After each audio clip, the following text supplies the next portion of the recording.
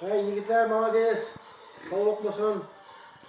Kudayım amallık olsun. Biraz Şerif'te ekranın çayxanasında elbette vaatımız bilekey.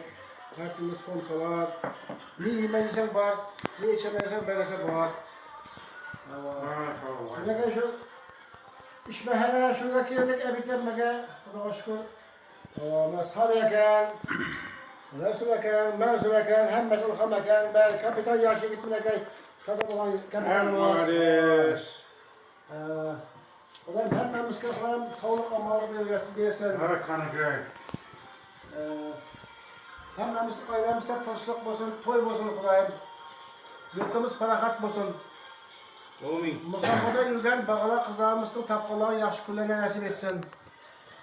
Kudayım şu her kim hocalık için, bala çakası için maydanda yurttuk o. Hemen evde Kudayım taşlık olsun, sağlık olsun, tapkalar yaş kullarına bala çakası eline rızkı nasip etsin. Amin.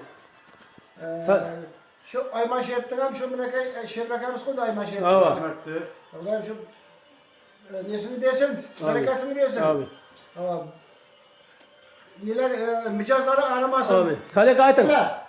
Aytın. Şerif'in aç, Şerif'in aç. O yaxşı rahmet şeyim. Hem memnun da Allah açtı Kudayım. Kudayım yine şöyle kim olsa da şöyle oynayıp kulüp yürüyeceğimiz. Hem Aynen bize gittik o aynen. Toylarda da Toylarımız. toylarda da oynayıp kulüp yürüyeceğiz. Tuğlandan bir gelmez. O hem memnun. Hadi ateşine. Mesela Ilhamak. Ilhamak. Ya güzel. O toyla o. Ilhamak'ım Xudo xolasa müleke Temircan'a Xudo xolasa toy başlap qo'yish niyatida o'tiribdi. Niyatlab başlap qo'yibdi Xudo xolasa. Amin Xudoyim yetirgay. Fevraldami, martdami to'y bo'lg'ay. Kanıkay. Alhamdulillah bizim dayını geldi. Allah. Bizim Rasulcan kapitan Haydi Resulüm. kana söylemesin bir yak kasa yaşamayın. Alak yok burada.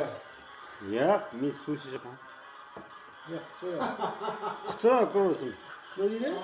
Buldu. Hadi.